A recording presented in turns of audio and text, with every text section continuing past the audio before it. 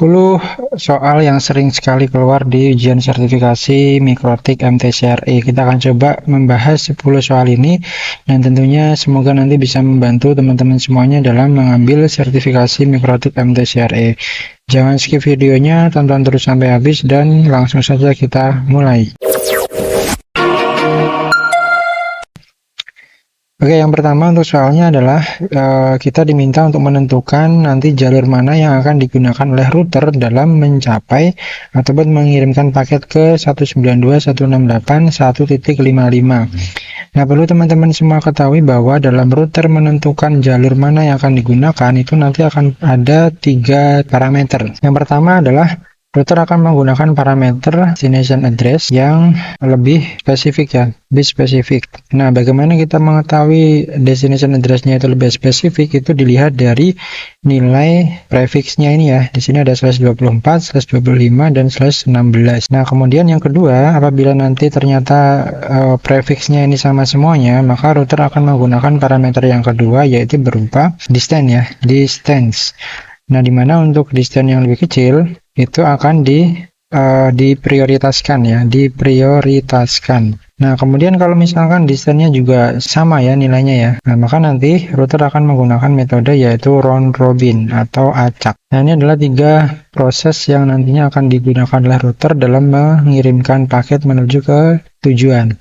Nah, kita coba cek. Yang pertama adalah router akan menggunakan parameter ini. Kita coba lihat di sini ada 3 gateway ya, 3 gateway dengan prefix yang berbeda-beda. Kita coba hitung ya, /24 yang ini. Itu kan kalau kita lakukan subnetting maka akan menghasilkan range IP dari 0 sampai 255. Sedangkan untuk hostnya itu kan dari 1 sampai 254. Nah, bisa kita lihat di sini untuk destination-nya kan 55 ya, yang artinya itu berada di range ini. Oke, berarti untuk pilihan gateway 111 ini masih bisa berlaku.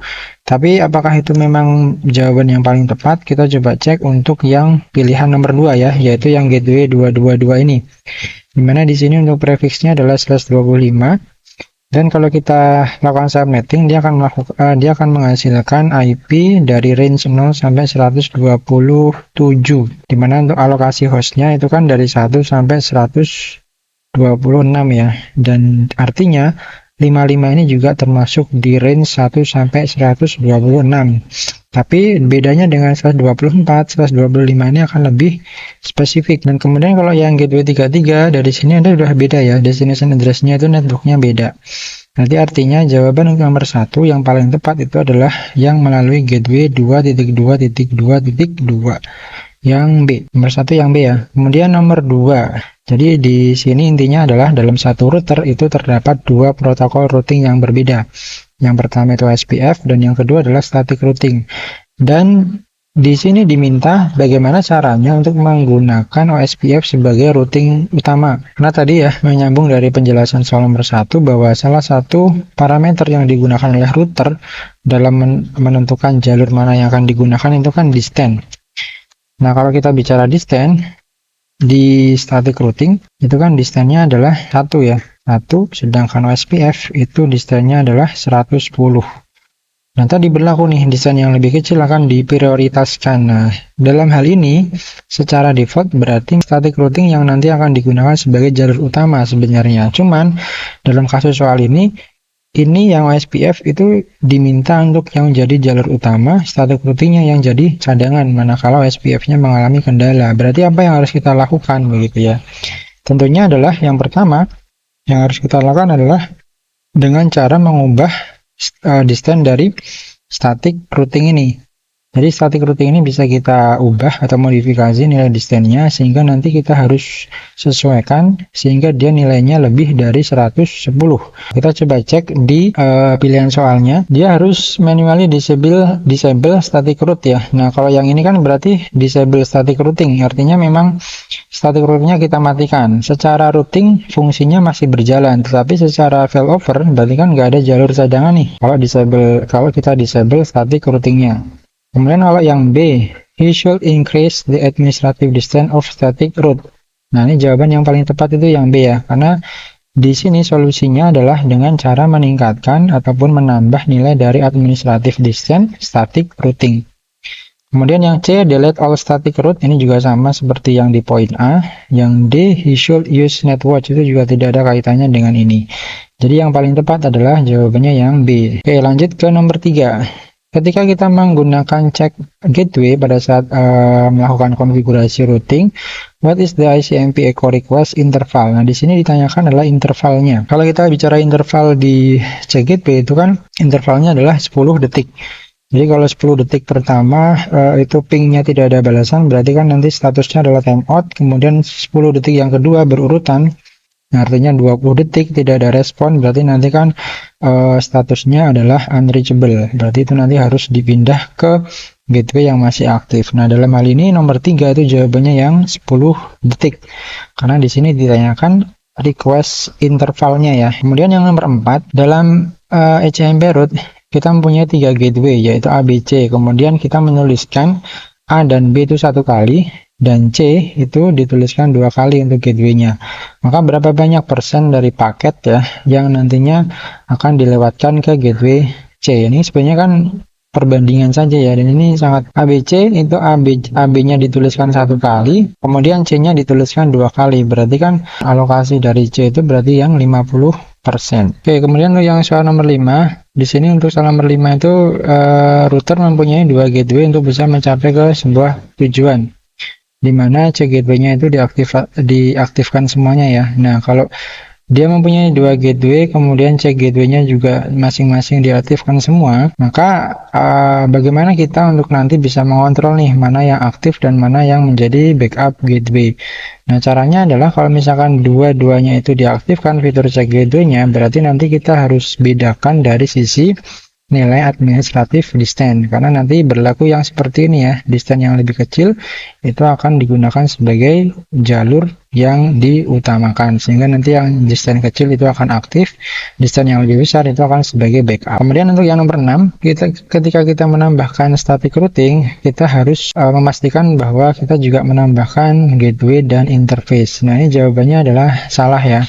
Karena pada saat kita menambahkan static route, kita cukup menambahkan salah satu dari sini saja. Bisa gateway, bisa interface. Tidak perlu dua-duanya. Jadi jawabannya adalah yang false.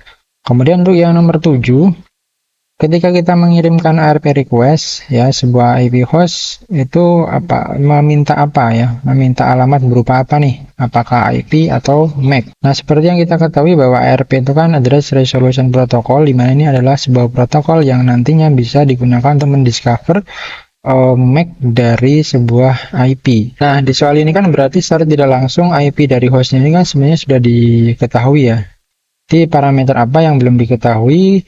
Berarti kan jawabannya adalah MAC address. Kemudian untuk yang soal nomor 8, ada dua root dalam routing table, yaitu ini nomor 0 adalah destination address-nya sekian, gateway-nya 55.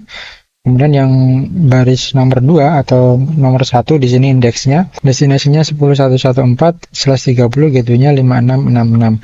Mana gateway yang akan digunakan untuk mencapai ke IP 10116. Nah, ini masih berlaku juga ya, seperti yang saya sampaikan di awal tadi bahwa parameter yang pertama akan digunakan sebagai jalur routing itu akan menggunakan destination address yang lebih spesifik. Kita lihat dulu nih di sini tujuannya kan 10116 ya. Kemudian di sini ada dua pilihan nih, 24 sama 30. 24 sama 30. Nah, kita akan coba lihat nih. Di sini ada network 10114, kemudian di sini 10116. Apakah ini berada dalam satu segmen yang sama? Kita coba lihat ya bahwa /30 itu kan kalau kita lakukan subnetting dia bisa menghasilkan IP dari 0 sampai 3, dengan nanti IP yang bisa digunakan untuk host itu adalah 1 dan 2. Kemudian untuk subnet yang kedua itu kan /30 ya masih, itu berarti dari 4 sampai 7. Sedangkan yang bisa digunakan untuk host itu adalah 5 dan 6. Nah, di sini kan terlihat ya sebenarnya untuk 10114 itu berada dalam satu segmen yang sama dengan 10116. Berarti artinya jawaban yang paling tepat itu adalah nanti router akan menggunakan gateway 5666. Walaupun ini juga masih dalam satu range yang sama, range 10116 ini maksudnya dia berada di range yang di /24, tapi kan lebih spesifik yang /30. Berarti jawabannya adalah yang A ya. Kemudian nomor 9, you cannot use OSPF and RIP routing protocol simultaneously on the router OS.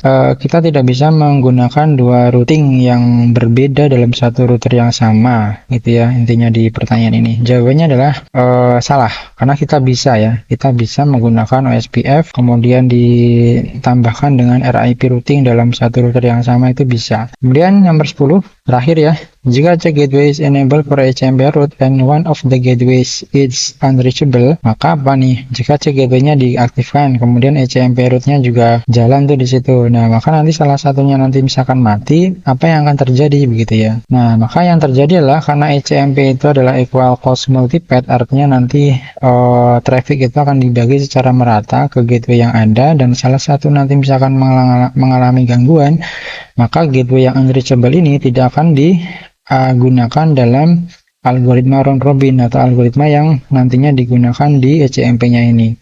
Berarti jawabannya yang betul adalah yang C. Nah, jadi kurang lebih seperti itu pembahasan singkat, dan juga barangkali nanti bisa diterima ya beberapa penjelasan yang ada di sini, dan juga tentunya semoga bermanfaat untuk teman-teman semuanya yang ingin mempersiapkan ataupun ingin mengambil sertifikasi MTCRE dari Mikrotik. Oke, sekian untuk video kali ini. Terima kasih. Semoga bermanfaat. Saya Afri. Wassalamualaikum warahmatullahi wabarakatuh.